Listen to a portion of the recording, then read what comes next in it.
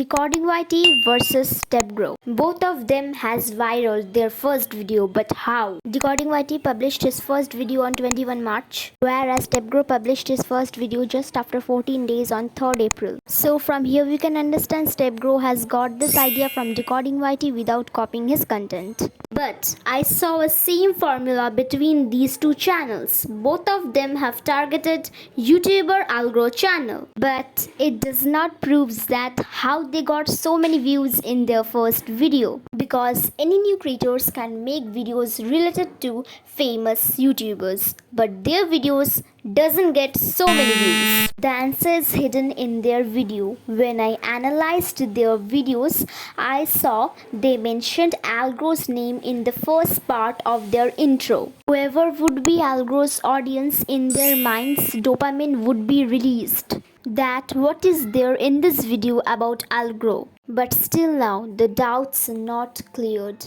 When I read the comments of their video, I saw many audiences are attracted by their voice and also editing. And audiences also like the quality of their contents. And that's why they have got so much traffic in their videos. They have proved that quality of your content should be good, then no one can stop you from growing.